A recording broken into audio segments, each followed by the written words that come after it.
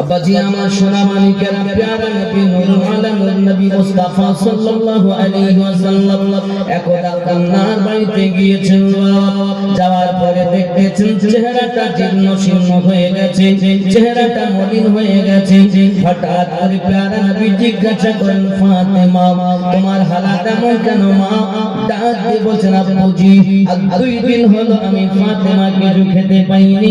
আমার নবী পাক খাতুনে জান্নাতের হাতখানা ধরে পেটে লাগিয়ে বলছেন, মা দেখো আমি তোমার পিতা 3 দিন ধরে কিছু খাইনি গো মা। সুবহানাল্লাহ সুবহানাল্লাহ। ফাতেমা রাদিয়াল্লাহু তাআলা কেমন মা ছিলেন কে তার আপন মনে করে জানুনি ভালো করে বুঝুন। রাতের বেলাতে সাজদাতে চলে যেতেন। ফজরের আযান বেলা রাদিয়াল্লাহু তাআলা দিয়ে দিয়েছেন। উনি এমন সময়তে হাত তুলে ফরিয়াদ করছেন, মালিক রাত এত ছোট বানিয়ে দিয়েছেন, আমি ফাতেমার একটা সাজদা এখনো কমপ্লিট হলো না। বেলালের আযানের ধ্বনি কানে এসে গিয়েছে।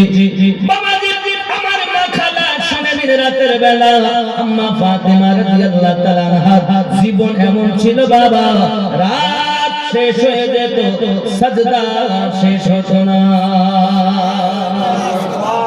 আর আমাদের নামাজ সিনেমা দেখে পেটে বাচ্চা তো কাজ তো নাই, বাপের বাড়ি এসে কি করবে, শুধু মোবাইল দেখে। যখন বাচ্চা জন্ম নিয়েছে 1.5-2 বছর বয়স হয়েছে, মা তাকে ম্যাগি রান্না করে দিয়েছে, খারে বাবা। তো বেটা বলছে আমি খাবো না। মা বলছে কেন? মোবাইল দাও। জি জি ঠিক না? জি জি মোবাইল দিলে তাই খাবে, তার আগে খাবি। বৃক্ষ তুমি কেমন ফলে তোমার পরিচয়। তুমি ওই যে পেটে রাখা কালে কোরআন পড়নি, ফেসবুক চালিয়েছে, সিনেমা দেখেছো, সিরিয়াল দেখেছো, তোমার বাচ্চা এখন মোবাইল ছাড়া খাবে না। নাতি পুতির হালাত দেখলে, বাচ্চাদের অবস্থা, ছেলে মেয়ে হালাত দেখলে। আর যে যে বড় হয়েছে তো ফ্রি ফায়ার খেলছে। এখানকার ছেলেরা খেলে ভালো খেলে না, খেলে মাঝে মধ্যে খেলে। এই খেলাটাই এত খারাপ। যেসব ছেলেরা আগে ভালো লেখাপড়া করতো এখন এই খেলা শুরু করে আর ভালো পড়তে পারে। সেদিন একজন আমাকে সংবাদ দিল, হুজুর কি খবর? না তো মার নাক থেকে ফেলে, ছেলে নাক ফাটিয়ে ফেললো কেমন করে? ওই যে বলছে মার মার মার, তাই না? মার মার বলে না, এই মার বলতে গিয়ে ও মেরেতে মায়ের পাশে শুয়ে আছে, মার মার করতে মেরে ফেলে না মায়ের নাকি।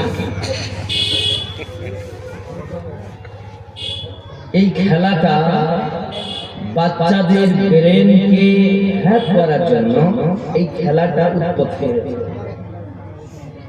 এই জন্য খেলা থেকে দূরে থাকতে হবে। যে ছেলে হচ্ছে যদি বাড়িতে যায় 1 সপ্তাহের জন্য 10 দিনের জন্য মোবাইল পায় তো খেলা খেলা বন্ধুদের সাথে, এরও মাথায় আমার শয়তান লেগে দেশে পড়া পারে না। কত বাচ্চা নষ্ট হয়ে যায়। স্কুলে ভালো রেজাল্ট, সে বাচ্চা নষ্ট হয়েছে। কলেজে ভালো রেজাল্ট, সেও নষ্ট হয়েছে। দুটি, এক নষ্ট করেছে পরের পিঠিতে, আর এক নষ্ট করেছে মোবাইল। ঠিক না বল? আর মেয়ের জীবন নষ্ট করেছে ইয়ং ছেলে। সব নায়কে দাড়ি তো রাখি না, সব নায়ক সেজে ঘুরতে। বুঝতে পেরেছেন? এই নায়কে আর এই মোবাইল, বাপ মা লাগে না, বিয়ে হয়ে যাচ্ছে। আচ্ছা না না জি খেয়াল করে আম্মা ফাতেমা জোহরা রাদিয়াল্লাহু তাআলা আনহা ঘরের ভিতরে গেছেন, স্বামী ঘরে রয়েছেন, বাবা খাওয়া নাই দাওয়া নাই, খুব ভালো করে প্লেনের ভিতরে নেন। আম্মা জান ফাতেমা জোহরা রাদিয়াল্লাহু তাআলা আনহার স্বামী হযরত আলী রাদিয়াল্লাহু তাআলা একদিন জোহরের নামাজের পরে বাড়ি এসেছেন। আসার পরে বিবিকে বলছেন, ফাতেমা আমি রাসূলের পাকের দরবারে গিয়েছি, এই জোহরের নামাজের একটু আগে কিছু নবী পাকের আশিকান এসে 6খানা ছাগল তোফা দিয়ে গেছে। সাদকা আমাদের জন্য খাওয়া হারাম, কিন্তু তোফা খাওয়া জায়েজ আছে। ফাতেমা একটু চলে যাও না, আব্বা হুজুরের কাছ থেকে যদি একটা ছাগল আনা যায়, আমরা 3 দিন ধরে খাই না বিবি। ছাগল যদি আনো খোদা মিটানো যাবে। কিতাব বর্ণনা করে হযরত আলী কারামাল্লাহু কারীমের কথা শুনে খাতুনে জান্নাত আম্মা জান তিনি যাবেন কি যাবেন না, যাবেন কি যাবেন না ইতস্ত করি করি একটু বাবা আমার আসরের পর মাগরিবের আগে তিনি পৌঁছে গেছেন। প্যারা নবী ওই সময়তে আম্মা জান আয়েশা রাদিয়াল্লাহু তাআলা হুজুরাতে স্বামী স্ত্রীতে বাইরে আপনারা ঘরের ভিতরে আলাপ আলোচনা করছেন। আম্মা জান বিবি তোমার কাছে কি টাকা দিয়েছেন। প্যারা নবী সঙ্গে সঙ্গে ঘর থেকে উঠে দাঁড়িয়ে গেছেন। আম্মা আয়েশা বলেন, হুজুর আপনি এত ব্যস্ত হয়ে কেন উঠেছেন? আপনার চাদরটা নিচে পড়ে গেছে হুজুর, এত জলদি কেন? কেউ না কেউ এসেছে দরজায় তার দরকারের জন্য, আপনি এত ব্যস্ত কেন? আমার নবী বলেন, আয়েশা তুমি মনে করছো এই টাকা অন্য কেউ দিয়েছে? না না না, এই টাকা আমার ফাতেমার দেওয়া শব্দ। আমার নবী এত ভালোবাসতেন আম্মাজানকে, তিনি যে কেমন ভাবে টাকা দেন এটাও আমার নবী জানতেন। আজ গলার আওয়াজ নেই তো মানুষ বোঝে, গলার আওয়াজ বোঝে, গলা খাকার দিলেও বুঝতে পারে, কিন্তু টাকা দেওয়া এতটা ফলো রাখতেন নবী ফাতেমা। কিতাব বর্ণনা করছে সারা জীবনে আম্মা জান ফাতেমা জোহরা রাদিয়াল্লাহু তাআলা আনহা এমন ছিলেন, আমার নবী পাক জিন্দেগিটা নিজের জীবন বানিয়ে নিয়েছিলেন। এই জন্য তো বলা হয় সাইয়্যিদা সাইয়্যিদা সাইয়্যিদা সাইয়্যিদা সাইয়্যিদা সাইয়্যিদা जिनकी सूरत अजल में बनाई गई, मुस्तफा की तरह ही सजाई गई, जिनकी सूरत अजल में बनाई गई, मुस्तफा की तरह ही सजाई गई, सारी दुनिया में बेहतर पाई गई, सारी दुनिया में बेहतर पाई गई, रब की कुरान देता है जिसका पता, सैयदा सैयदा सैयदा फातिमा फातिमा फातिमा। करबला करबला जिसके कुंबे का दस्तूर है, जिसका हर बच्चा नूर अला नूर है, करबला जिसके कुंबे का दस्तूर है, जिसका हर बच्चा नूर अला नूर है, नूर जिनके घराने से मशहूर है, नूर जिसके घराने मशहूर है, नूर ही नूर जिनको रज़ा ने कहा,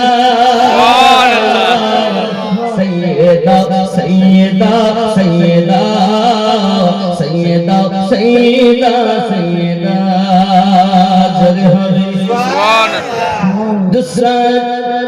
दूसरा सखावत की तफसीर है, शान में जिसकी आयात तत्हीर है, हो बाहु जो मोहम्मद की तस्वीर है। ভালো করে মাথা থেকে পা পর্যন্ত টু কপি মুস্তাফা ছিলেন খাতুনে জান্নাত। সুবহানাল্লাহ।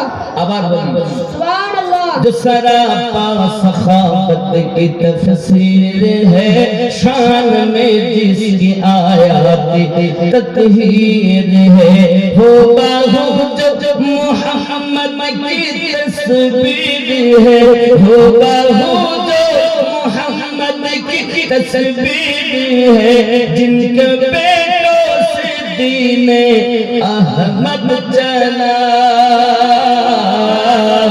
सैयदा सैयदा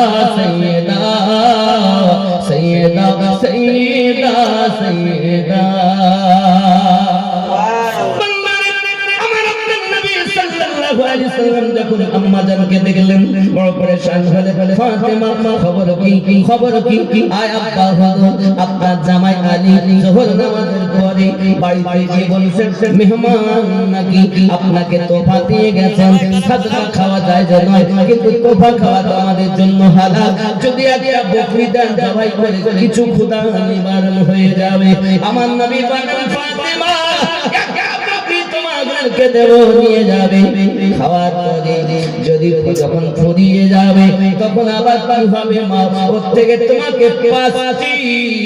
তোমাকে পাঁচটি দোয়া শিখিয়ে দিচ্ছি শোনো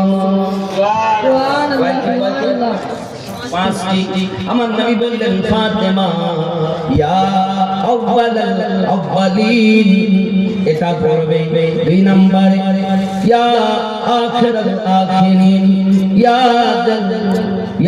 কুওয়াতুল মাতিন ইয়া রাহমান মুসলিমিন ইয়া আরহামার রাহিমিন আয় মা ফাতেমা এই পাঁচটি দোয়া তুমি পড়তে পারো আল্লাহ পাক আল্লাহ তাআলা যে পড়বে তার দুনিয়া এবং আখিরাতে আল্লাহ মালামাল করে দিবে আমার জামানদের তিন দিনের খোদাটাও হযরত আলী তিন দিনের খোদাটাও হযরত ফাতেমা তবু কোনো দুঃখ নাই গো আপনার কিনা চোখে দুঃখ নাই স্বামীকে কোনো বড় কথা বলে না শুধু এতটুকুই নয় একবারের ঘটনা তিন দিন ফজরের নামাজের পরে চলে গেছেন মদিনার গলিতে কোনো বাজার লোকজন ডাকে না কাজ কাম হয় না বাজার হয় না বাবা চলে এসেছেন রাতের বেলাতে বাড়ি এসে দেখেন বিবি জিজ্ঞাসা করে স্বামী খবর কোনো কাজ পেলাম না বিবি বাজার করে আনতে পারি নাই গো বিবি সোনা মানিক আমার কিতাব বর্ণনা করে তৃতীয় দিনে কি হালাল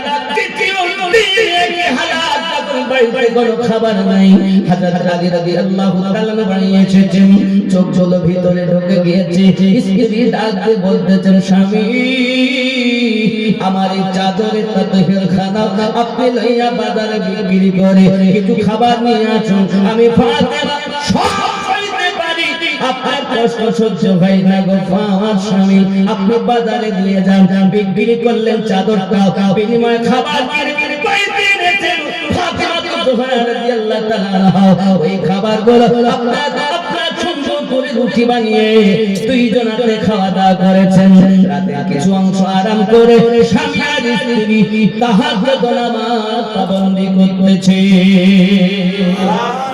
সুবহানাল্লাহ সুবহানাল্লাহ আমাদের পাঁচ ওয়াক্ত হয় না তো তাহাজ্জুদ ঠিক না আরে বলতে আমরা নবীর দিওয়ানা নামাজ পড়তে পারবো না বলেন আমরা নবীর মাস্তানা দাঁড়িয়ে রাখতে পারবো না আমরা নবীর দিওয়ানা মা বাপকে ভাত দেব না মায়েরা বলেন আমরা নবীর দিওয়ানি স্বামীর খেদমত করতে পারবো নি স্বামী থাকে বাহিরে কডলাইনে করে সম্পর্ক দূরে দুটি বাচ্চা রেখে পালিয়ে যায়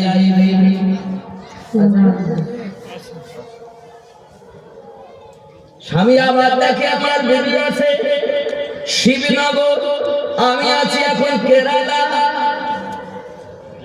কি হবে কডলাইনে সম্পর্ক করে তার সাথে চলাফেরা করে বাবা রে স্বামী আর স্ত্রী যদি হয় ভালো কিয়ামতের দিন জান্নাতি আপনার কিনা জবাব 70টা করে গেলে মান পাবে আর এই 70টি হুর গেলে মানদের ভিতরে বিবাহ করা স্ত্রী হবে সরদারিনী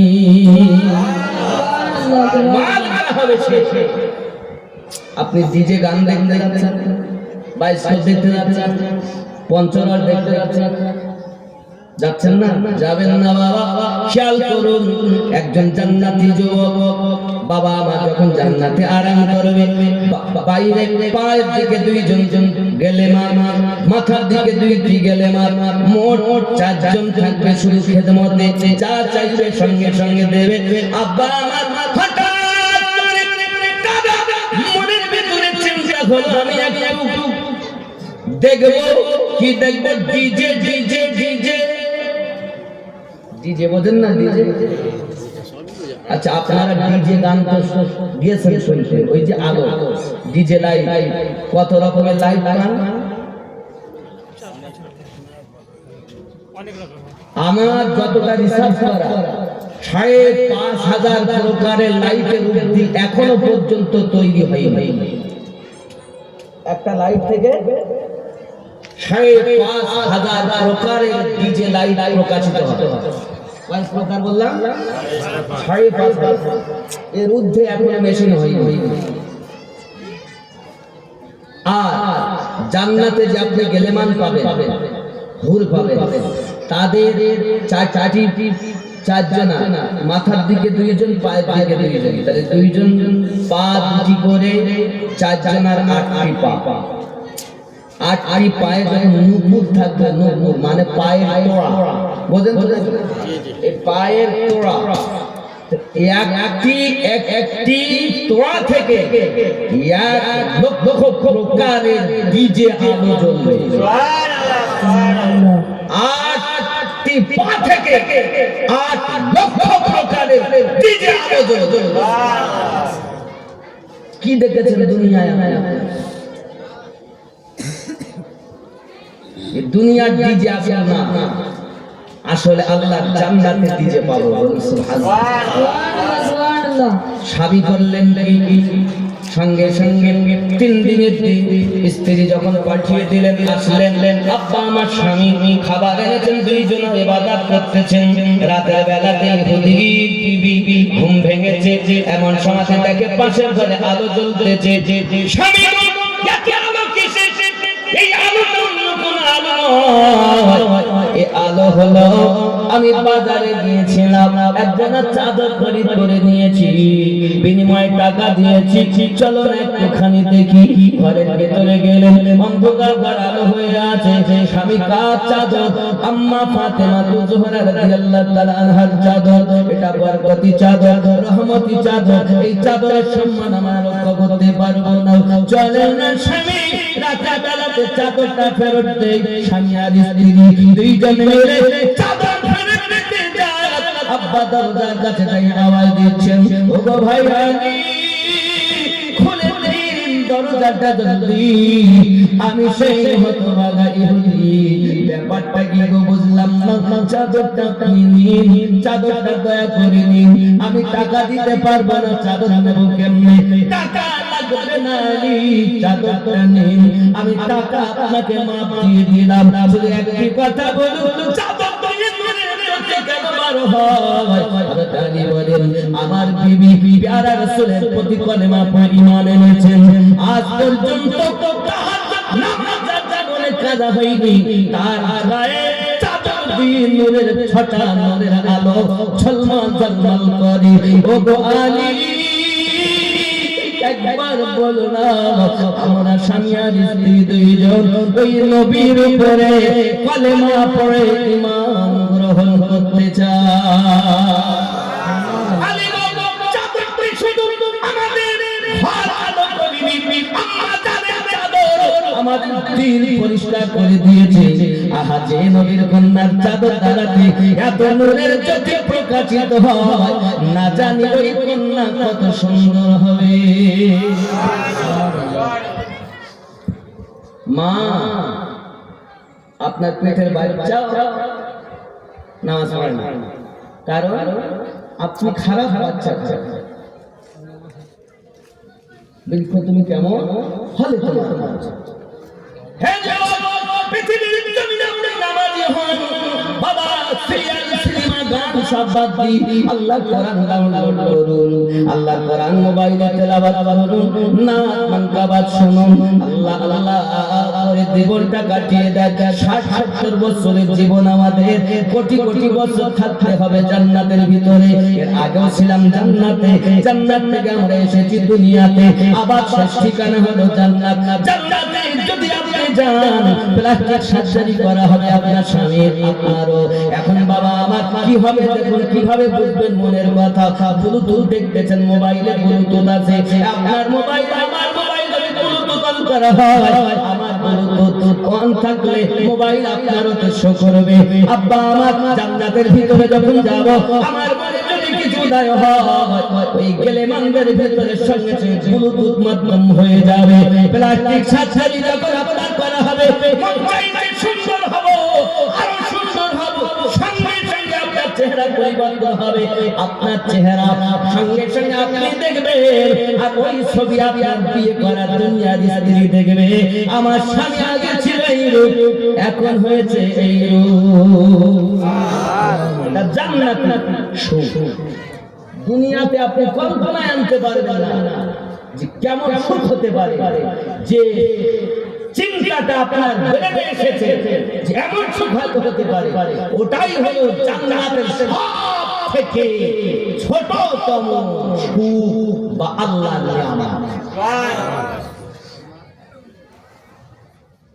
জান্নাতে যেতে গেলে জান্নাতের মহল তৈরি করতে হবে নাকি আল্লাহর হাবিব সাল্লাল্লাহু আলাইহি ওয়াসাল্লাম জানিয়েছেন দুনিয়া জমিনে যদি কেউ মসজিদ বানিয়ে যায় সাদকায়ে জারিয়া তৈরি হবে দুনিয়ায় সাদকায়ে জারিয়া করে গেল যদি বলুন না সুবহানাল্লাহ আর জোরে বলুন না ইয়া রাসূলুল্লাহ হে সাদকায়ে জারিয়া প্যারা রাসূল সাল্লাল্লাহু আলাইহি ওয়াসাল্লাম বলে যে ব্যক্তি দুনিয়ায় দান করবে তার 11 রকমের ফজিলত আমার নবী বর্ণনা করেছেন যদি বলি সুবহানাল্লাহ দুই ফেরেশতা তার জন্য দোয়া করবে যিনি দান করবেন যদি কই সুবহানাল্লাহ দুই নম্বরে নবী পাক বলেছেন যে ব্যক্তি দান করে তার বালা মুসিবত দূরীভূত হবে তিন নম্বরে নবী পাক বলেছেন তার হায়াতে বরকত দেওয়া হবে চার নম্বর নবী পাক বলেন তার দানের সওয়াব 10 থেকে 70 গুণ বাড়িয়ে দেওয়া হবে পাঁচ নম্বরে নবী পাক বলেন চিরতরে দানকারীর জন্য জাহান্নাম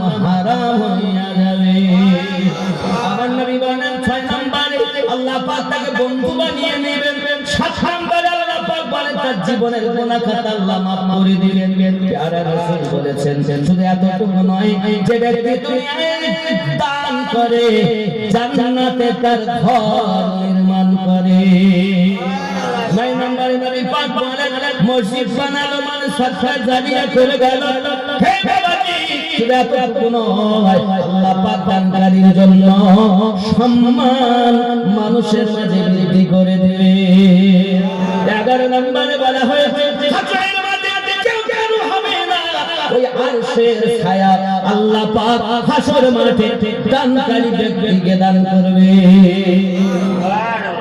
এখন আপনি হয়তো জান্নাতে মহল তৈরি করতে যাচ্ছেন কিভাবে হবে আল্লাহর একজন নবী নাম তার ইদ্রিস আলাইহিস সালাম মিরাজে নবী যাচ্ছেন যাওয়ার সময় জান্নাতের গেটের কাছে গেছেন ভাই ইদ্রিস কেমন আছেন ইদ্রিস নবী বলেন হুজুর আমি 5000 বছর জান্নাতে আছি আমি ঘুরে ঘুরে শুধু দেখি একটা গলি এখন শেষ করতে পারিনি কয়টা গলি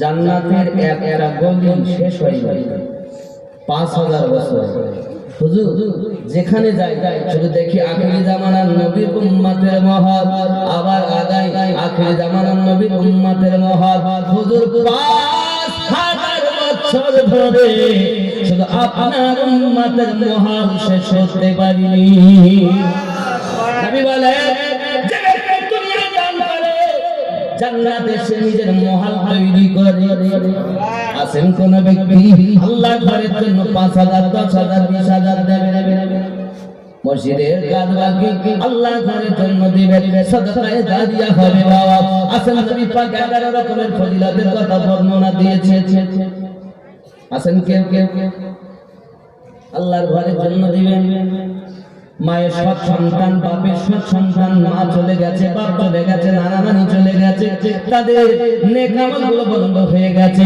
সাদকায়ে জারিয়া তার কবরে আযাব maaf হবে আছেন কেউ একটা ছেলে নাই 10000 দিবে 11000 দিবে নেই এত টাকা 40000 টাকার মোবাইল দেওয়ার পরে 5000 দিতে গেলে টাকা আছে বেটা বলেছে আমার একটা আইফোন দিবে 80000 টাকা দিয়ে বেটার আইফোন কিনে দিয়েছে বেটা দেখবে কিনা বুড়ো পাতে কোনো গ্যারান্টি এই ওয়াসান 5000 দিবেন মায়ের নামে বাপের নামে মায়েদের আপনাদের এখানে মায়ের একজন মা আমার 300 টাকা দিয়েছে ভান্ডারে টাকা ঢোকে এই মাসে ঢোকেনি